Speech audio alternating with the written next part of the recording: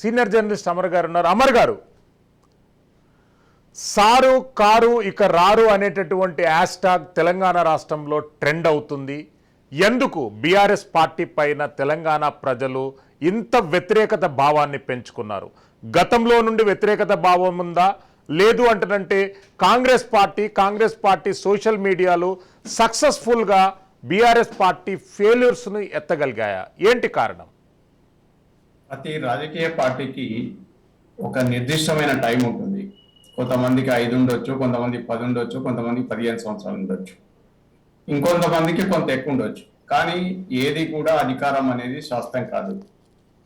అధికారంలో ఉన్నప్పుడు వాస్తవాలను పక్కన పెట్టి ఒక అహంకారపూరితంగా వ్యవహరించడం వల్లనే ఈరోజు రాష్ట్రంలో టీఆర్ఎస్ పార్టీకి పరిస్థితి ఏర్పడింది. బీఆర్ఎస్ పార్టీకి దాంట్లో అంటే ఇప్పుడు అధికారంలో లేం కనుక అంటే ఈ 4 నెలల్లోనే తెలంగాణలో ఏదో జరిగిపోయింది, మా పార్టీ అధికారంలో దిగిపోగానే తెలంగాణలో నీళ్లు దొరకడం లేదు, లేకపోతే కరెంట్ ఉండటం లేదు, ఇంకేదో ఉండటం లేదు అని చెప్పడం అది కరెక్ట్ కాదు. ఇప్పటికైనా కూడా ఏదైనా ఒక పార్టీ అధికారంలో ఉన్నప్పుడు వాళ్ళ చుట్టూ పవర్ బ్రోకర్స్ ఉంటారు, వాళ్ళకి వాస్తవం ఏంటిదనేది తెలియదు.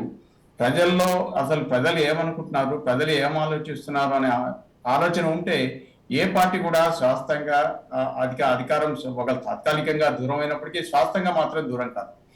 ఈ విషయం మీద ముఖ్యంగా 10 ఏళ్ల పాటు తెలంగాణ ఉద్యమం పేరిట దాదాపు ఒక 22 దశాబ్దాలు తెలంగాణ ఉద్యమం నడిపి ఆ తర్వాత ఇన్నాళ్ళు ముఖ్యమంత్రిగా ఉన్నటువంటి కేసీఆర్ కానీ లేదా ఆ పార్టీలో ఉన్నటువంటి ఇతర నాయకులు కానీ అంటే పై స్థాయి నుంచి కింది స్థాయి వరకు అసలు ఎందుకు మేము అధికారం కోల్పోయామనే విషయాన్ని ఒక్కసారి వాళ్ళు కనుక ఆలోచించుకుంటే వాళ్ళకి భవిష్యత్తు ఉంటుంది. కేవలం మీరు ఇప్పుడు పార్లమెంట్ ఎన్నికల కోసం అంటే ఈ వచ్చిన ప్రభుత్వం ఏం చేయటం లేదు అని చెప్తున్నారు, కరెక్ట్ కాదు. ఎందుకంటే ప్రభుత్వం వచ్చిన ఒక 3 నెలల 10 రోజుల్లోనే పార్లమెంట్ ఎలక్షన్ కోడ్ వచ్చింది.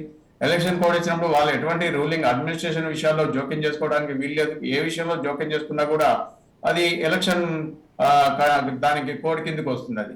సో ఈ విషయంలో ఆలోచించి అంటే ఇప్పటికైనా అంటే గతంలో కాళేశ్వరం విషయంలో ఏం జరిగింది, ఆ తర్వాత విద్యుత్ కొనుగోలు విషయంలో ఏమైంది, ఆ తర్వాత మిగతా విషయాల్లో ఎక్కడెక్కడ ఏం లోటుపాటు జరిగినాయి, ఆ తర్వాత మన మెడికల్కి సంబంధించిన దాంట్లో ఏం జరిగింది, ఇలా ప్రతి విషయంలో ఈ రోజు ప్రజలు ఏమనుకుంటున్నారని మీరు ఒకసారి ఆలోచించండి. అధికారం ఇప్పుడు ప్రధానంగా ఇవాళ బీఆర్ఎస్ పార్టీ రేపు మాపో టీఆర్ఎస్ పార్టీ కాబోతున్నటువంటి వ్యక్తులు పైనుంచి కింది స్థాయి వరకు ఒకటే ఆలోచించాలి. ప్రజలు ఏమనుకుంటున్నారు అంటే వాస్తవాలు ఏదో అంటే ఎలక్షన్ ఉన్నాయి, సహజంగా ఎవరికి వాళ్ళు కాన్ఫిడెన్స్ కోల్పోకుండా మేము ఉంటే అధికారంలో ఉంటే ఇట్లా ఉండే, మేము ఉన్నప్పుడు ఇట్లా ఉండే, లేకపోతే ఆ భావన అని చెప్పుకోవడం సహజం, అది కరెక్ట్. కానీ శాస్త్రంగా అది ఒక పరిష్కారమైన మార్గం అయితే కాదు. అది ఎక్కడ లోటుపాట్లు జరిగినాయి, మేము అధికారంలో ఉన్నప్పుడు ఏం జరిగింది, 10 ఏళ్లలో ఎక్కడ గ్యాప్ వచ్చింది, ఉద్యమకారుల విషయంలో ఏం జరిగింది, మిగతా వారి విషయంలో ఏం జరిగిందని ఒక్కసారి వాళ్ళు ఒక ఆలోచన చేసుకుంటే, అదేవిధంగా ఇతర పార్టీలు మేము పుష్కలంగా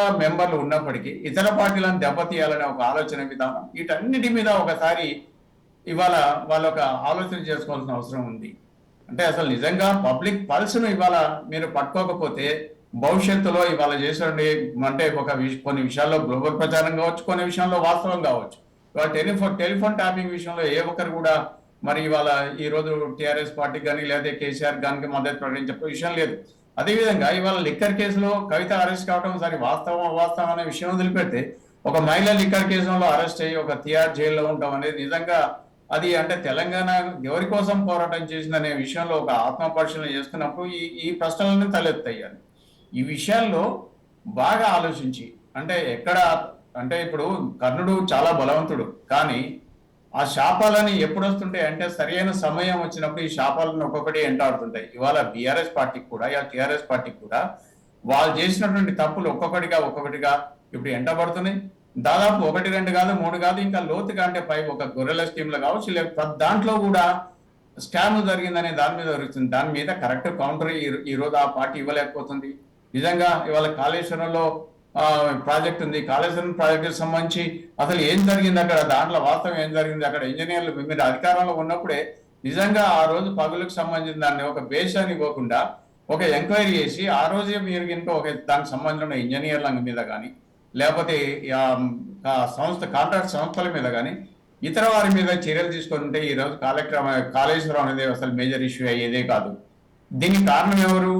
అంటే మీరు శాస్త్రంగా అధికారంలో మేము ఉంటాం, మమ్మల్ని ఈ పార్టీ మమ్మల్ని ఎవరు ఏం చేయలేరు, ప్రజలు మమ్మల్ని దింపరని ఒక ఆలోచనతో గట్టిగా నమ్మకంతో ఉండటం వల్లనే కాళేశ్వరం విషయంలో ఒక మేజర్ స్టెప్ తీసుకోలేకపోయింది. ఆ తర్వాత కాళేశ్వరం విషయంలో ఈ రోజు కూడా నిజంగా పిల్లర్స్ కుంగిపోయినాయి, ఎన్ని కుంగిపోయినాయి ఏందనే విషయం వదిలిపెడితే 2-3 కుంగిపోతే అది ఉందా, లేదా నాగార్జున సాగర్ కుంగిపోయిందా, శ్రీశైలం కుంగిపోయిందా, అంటే ఆ ప్రాజెక్టుల పగులు వల్లేదా అని ఇటువంటి వితండవాదం కాకుండా నిజంగా తప్పు జరిగితే తప్పు జరిగింది, దాంట్లో ఆ రాజు ఉన్నటువంటి ఇంజనీర్లు తప్పు చేశారు, లేదా ఆ కాంట్రాక్ట్ సంస్థ తప్పు చేసింది, లేదా మెగా ఆయన ఇంజనీరింగ్ సంబంధించిన వాళ్ళు చేసిండ్రు, లేదా ఇంకా ఎల్ఎన్టీ వాళ్ళు చేసిండ్రు అనే విషయాన్ని స్వయంగా టిఆర్ఎస్ పార్టీ అధినేత ఆయనే బయటకు వచ్చి అసలు విషయాన్ని చెప్తే అసలు ఈ పరిస్థితి ఉండదు. నిజంగా అక్కడ వాస్తవం ఏం జరిగింది కాళేశ్వరం ప్రాజెక్టు విషయంలో, అసలు ఎందుకు కుంగిపోయింది అనే విషయాన్ని ప్రజలకు చాలా క్లియర్ గా చెప్పవలసిన అవసరం ఉంది. ఇవన్నీ ఏం చెప్పకుండా కేవలం అంటే అసలు ఇప్పుడు దాంట్లో ఉన్న నీళ్లు కావాలని బయటికి ఏ ప్రభుత్వం కూడా అధికారంలో ఉన్నటువంటి ఎవరు కూడా సోర్సెస్ ఉపయోగించకుండా ఉండరు. ఇప్పుడు నీటి వనరులు ఇప్పుడు మొన్న దానకిషోర్ గారు హైదరాబాద్ సంబంధించి చెప్పారు, దాదాపు ఒక సంవత్సరం పాటు అయినా కూడా నాగార్జున సాగర్ స్టోరేజ్ ఉన్నా కూడా సంవత్సరం పాటు హైదరాబాద్ కు నీటిని సప్లై చేయగలమనే నమ్మకం మాకుంది, చేయగలుగుతామని చెప్పారు.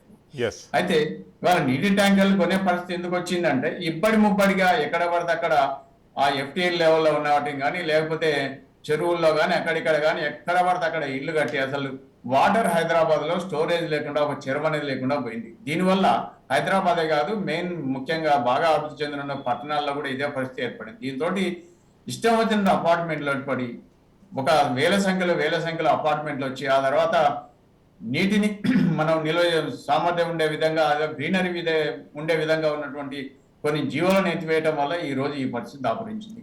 ఇవాళ హైదరాబాద్ లో కొత్తగా ఈ రోజే నీటి ఒత్తిడి వచ్చిందనే విషయం ఇవాళ ఏం కొత్త కాదు, చాలా మేము చిన్నప్పటి నుంచి చూస్తూనే ఉన్నాం.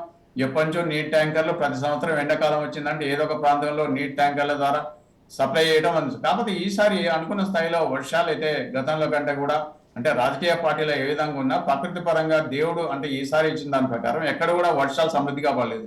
పోయినసారి ఎక్కడ కూడా బెంగళూరులో ఈ రకమైనటువంటి పరిస్థితి లేదు, లేకపోతే మద్రాసులో ఈ పరిస్థితి లేదు. ఆ తర్వాత ఆగ్రాలో కూడా అంటే ఉత్తరప్రదేశ్ ఆగ్రాలో కూడా ఇవాళ నీరు పరిస్థితి ఇబ్బంది ఉంది, అక్కడ కూడా ఇవాళ ట్యాంకర్లు కాదు కదా మామూలుగా మంచినీళ్ళు కూడా దొరకలేనటువంటి పరిస్థితి ఉంది. అంటే ప్రకృతి సహకరిస్తేనే ఏదైనా ఇటువంటి అన్ని జరుగుతాయి. సో సమర్ గారు మళ్ళీ వస్తాను చెప్తున్నాను ఈ విషయంలో.